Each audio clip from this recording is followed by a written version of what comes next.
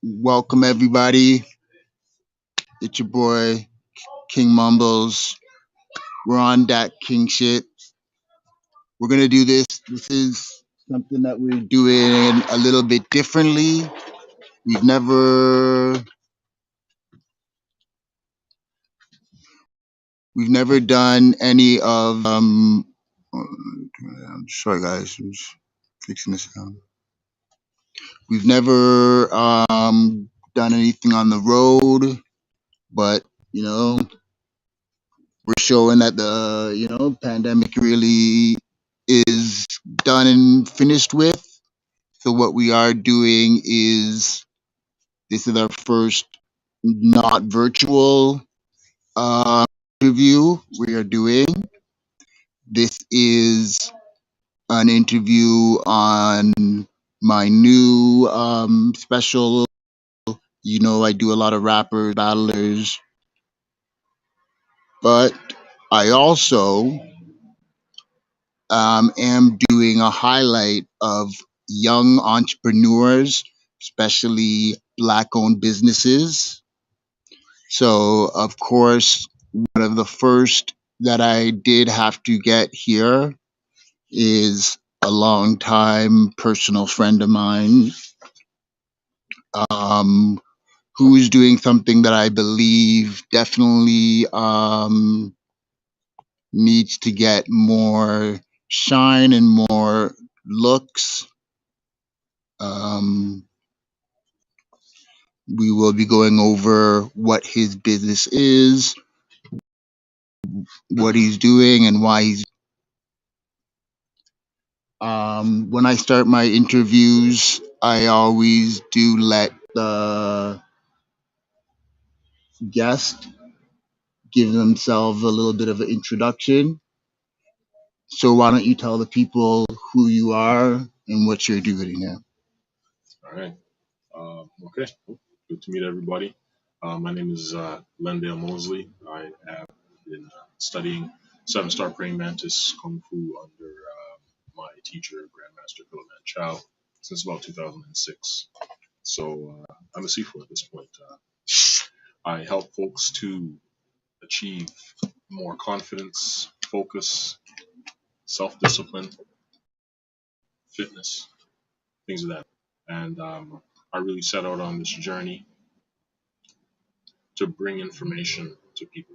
It's Kung Fu is almost like a technology that we can have and use at our disposal, and it's always about the next generation. It's always about the future. You know. So, um, giving them background. So tell them for my non kung fu through this, what is a Sifu? So basically, it's kind of like a coach or a teacher when it comes to martial arts and self-defense. Reason. So people might have heard the term sensei is a bit more popular. That would be for Japanese martial arts. Okay. What I study is an art which originates from China, and the word in this case would be Sifu for the teacher. And so and what style of kung fu do you do? Praying mantis style. So of praying mantis style, there's actually more than one kind. A lot of people might not be aware of that. There are generally three main branches, Mm.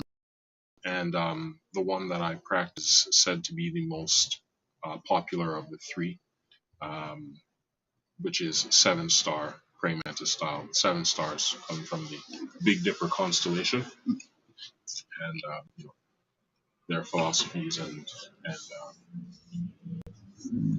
So you are teaching. How long have you been teaching for? well, publicly, um, we just recently launched a club in the East End of Toronto. The club is called Big Dipper Boxing. Big Dipper Boxing, um, and this is a club that's been serving the Durham area for the past for the past We're 6 months or live. so. Since about May, we had our open house, and prior to that, teaching privately since maybe about 2016. Oh my gosh, I'm an idiot. I just got that 7-star praying mantis. I was always Big Dipper, and I said I like. Yeah, yeah. So the 7 stars in 7-star praying mantis is a reference to the ocean, which is the Big Dipper. Yeah, I literally just got that. I'm Yeah. like, So instead of calling it 7-star praying mantis style, historically, when the British had taken over Hong Kong, I mean, they just gave it back just recently. Even interesting that that comes up, given recent events and whatnot. But no comment. right. So given that the English were familiar with boxing, what we call boxing, when they saw the self-defense practices that Chinese had, they called it Chinese boxing, right? Okay. So that's where the term boxing comes from in the case of our school's name. Okay. Big Dipper for this Chinese boxing. And with the school, what is the overall goal of the school or the mission of the school?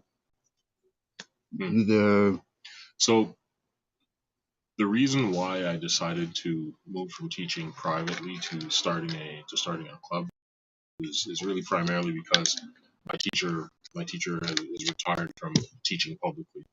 So once that happened, there's no access to him as a source of information. If anybody wanted to learn this brand of praying mantis, you would probably need to travel to our sister club in Niagara Falls. Okay. Right, 7-star Niagara. So for me, there's an element of duty to it, to carry on the tradition that I was blessed with the opportunity to learn, and I want to pass that opportunity on to others.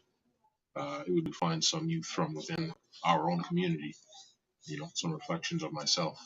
Really, that I could pass this information on to, that'd be great. But that's on a personal level, right? Yeah.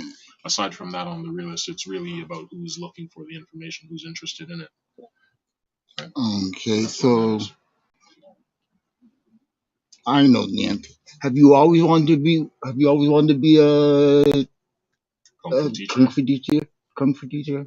Well, teaching actually is more of a recent idea for me, but where I was introduced to Chinese kung fu was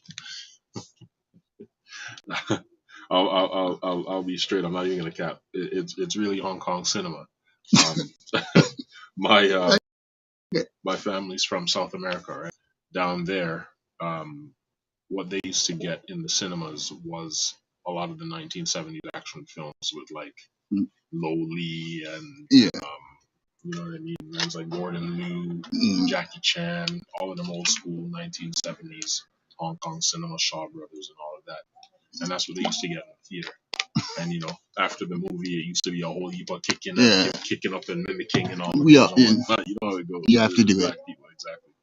So when they moved up to Canada, of course they brought their love of these films with them, right? So and me coming up as a young buck, and whatnot, we were hanging out at Christmas or holidays and whatnot. The whole family gets together and you're watching these movies, and it's about some real ass busting. You know what I mean? Yeah.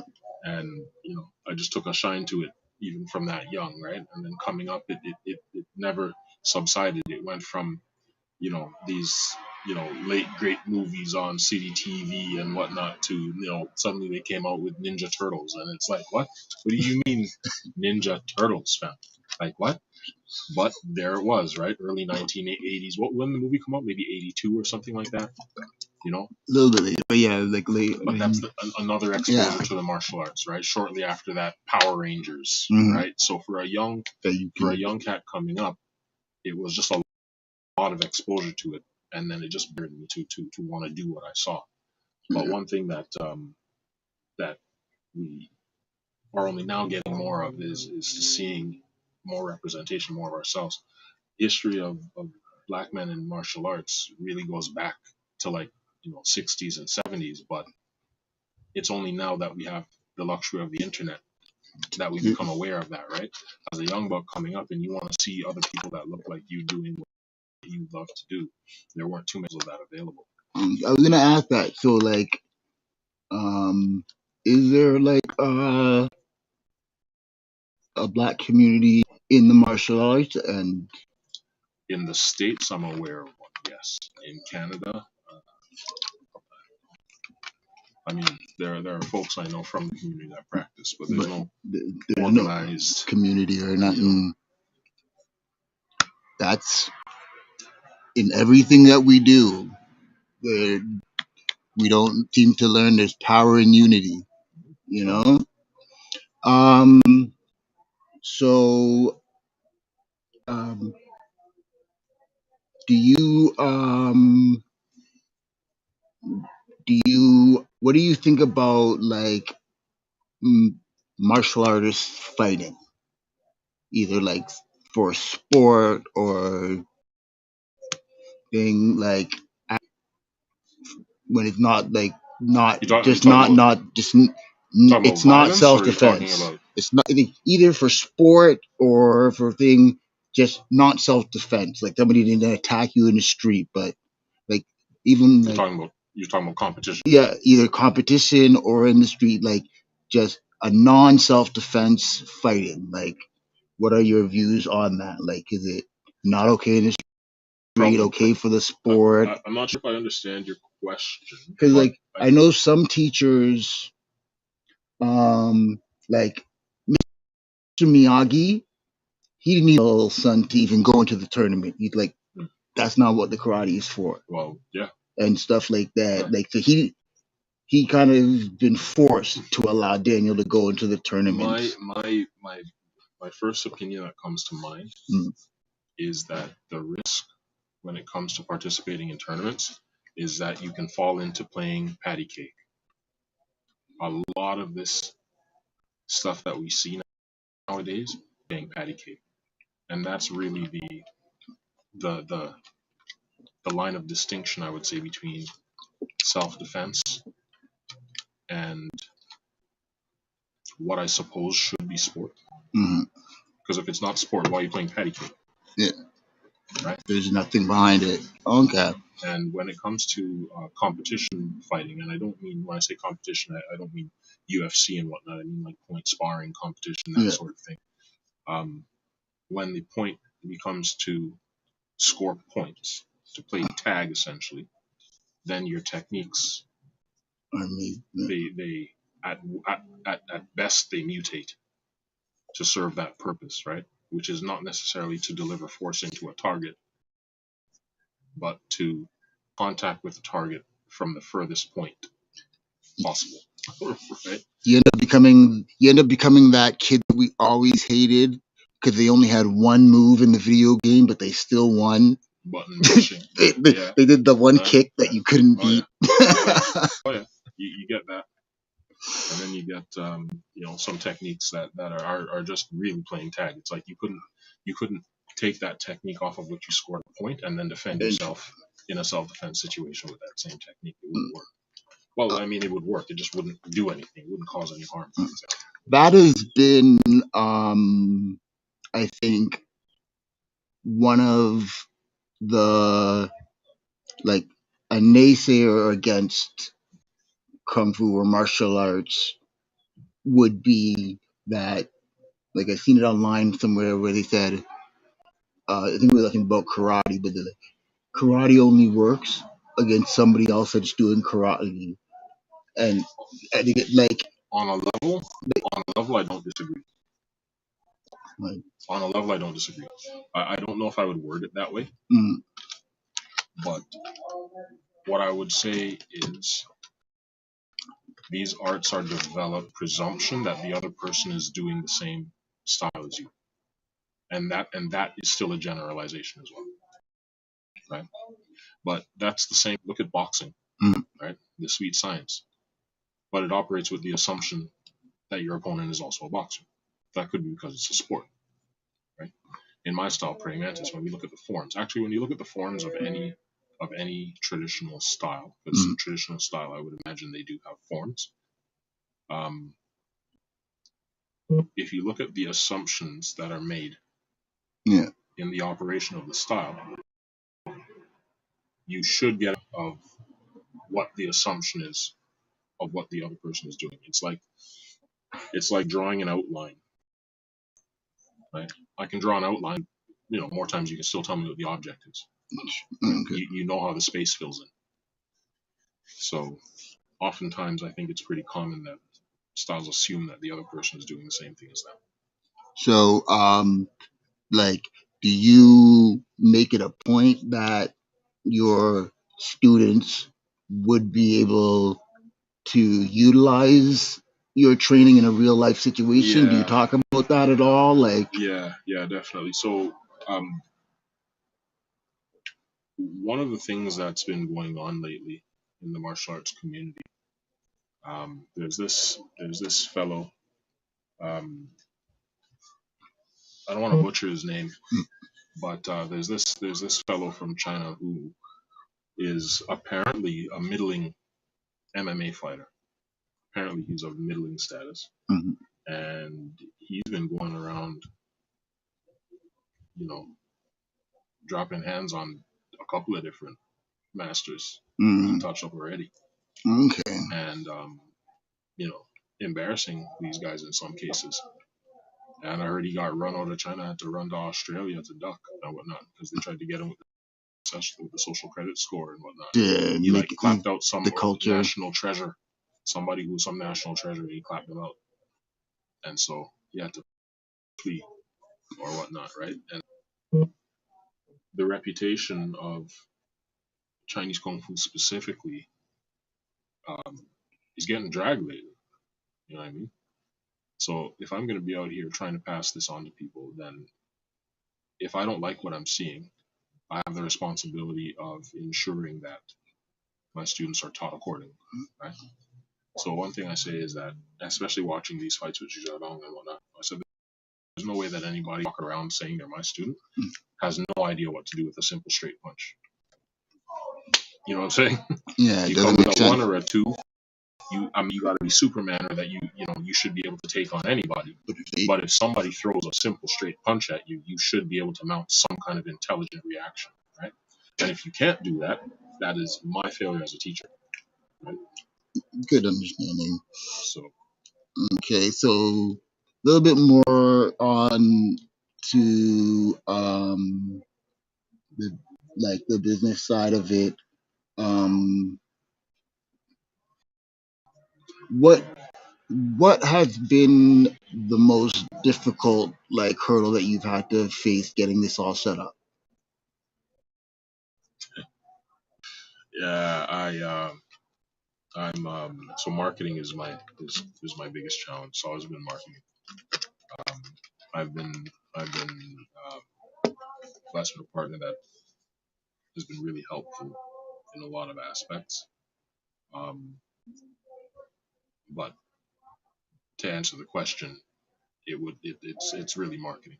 Now, made a lot of steps and been pretty successful in what I've set out to do since May, Mm, especially with the assistance. Um, but yeah, I think that'd be really it. I mean, a lot of the work, a lot of the real hard work was done over the years that were, you know. But yeah, that's really it.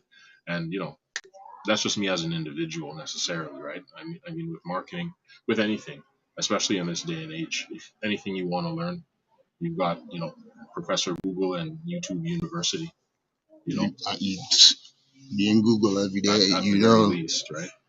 Another support is check out Red Sash Renegade on YouTube as well, and that's my colleague from Niagara Falls, his channel, and he's really been very helpful along with marketing aspect as well, and sales and planning. So definitely shout out to Kung Fu Niagara as well.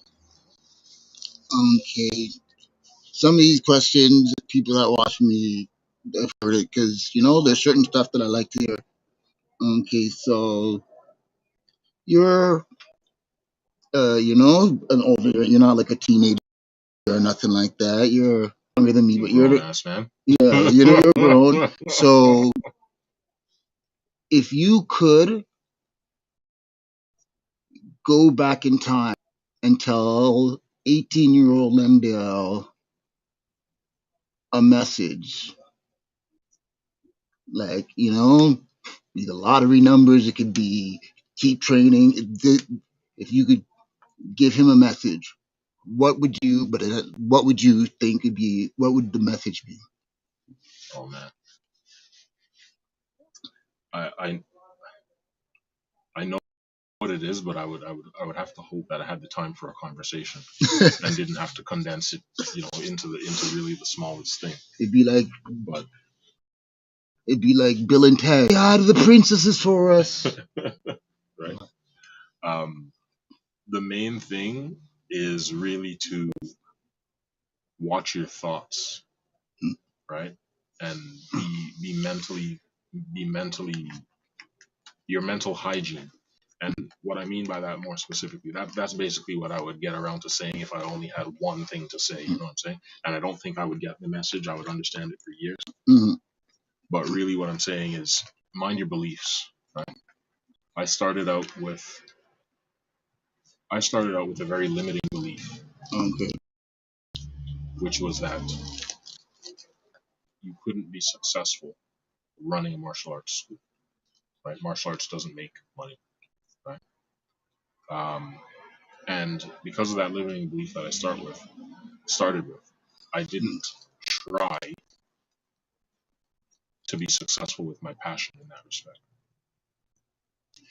So when I started learning just for the pure pleasure of learning, Mm-hmm. not so much with the idea that I could start a school Mm-hmm. and run a business in that sense, right? So for me, I think that there are certain things that I would have done differently or with a different focus had I had that in mind or had I had that limited belief. But Definitely. Like Jay-Z, like more than his music, like literally if you could just sit down and like Google and watch his interviews, mhm, that man like will change your life. Like he's like what he said, he goes about, he talks about like don't listen to people when they tell you, because he like this how you um what it is a projection, like because they don't believe in themselves or they couldn't do it. So they're gonna tell you, no, you can't do it. And I'm like, no, no, no, don't tell me exactly, you couldn't do it exactly, and stuff like exactly, that. Like exactly, that's what his uncle telling him, you know, like literally kind of telling him, don't stop selling drugs. You're never gonna sell more than a couple 100,000 albums. And this guy be dropping millions of, millions, right? like imagine if he'd listen to him and be like, yeah, like I ain't ever gonna get out of here. I'm not, Yep. So yeah, like Influences your behavior. your thought. Mine was actually that sort of thing. Like I've always said, it'd be something of like because I'd be like, do not stop, don't half-ass, and do not stop. Like go all in. Yes. Like because I'll let you know with music. One of my failures was I don't think I ever went more than 70. Mm, 70. Like I never because how long have I been doing it? And like I performed all over, right. like all over and stuff like that. How do I not have like at least one CD, like like the CD kids is what we used to listen to music on. Compact disc. Yeah, just that, Right.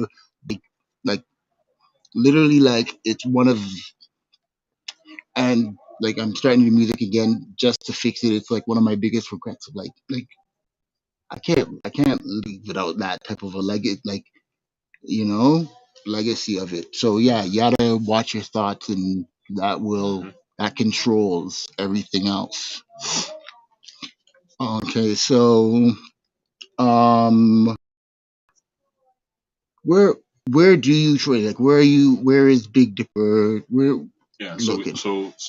We actually operate mainly out of Pickering and Scarborough. So we have training space in Scarborough around Markham and McNichol, Markham and Steeles Mhm. area, and we also train twice a week in Pickering Ajax area. Um, so you can find us online at Uh, linktree/ Big Dipper Boxing. We're also on Insta at Dipper Boxing. Big Dipper, just like the constellation, just like the stars in the sky. you guys know, once I edit all this, we'll have the links to his stuff there. I'll probably put a couple of videos of other stuff on here, and um, do you have any other passions or anything else that you work on, or is it just on the kung fu? Mainly right now, share right now in this interview is primarily the kung fu, but we can Yeah, talk about other things on another, another pass through. another one interview. But He yeah. he. I'll let you know. He's a part-time rapper. And me and I he's one of my proteges. We brought him in 905th Brigade. Music's still out there. I might even post a link to the Those tracks are blinds. still out there, I right? have. I think I have. Wow. I think I might have some on my phone. Holy wow. I will let you know. It might have been like gotta be less than 3 months. It was him, Mhm. and I was chilling at my house, and I was just listening to Blinding a Samurai. That stuff, that track, still like so that track still bangs. No, you don't understand how well you did that. I still can nod my head, and and you know what is so funny? Why do I know all the words still?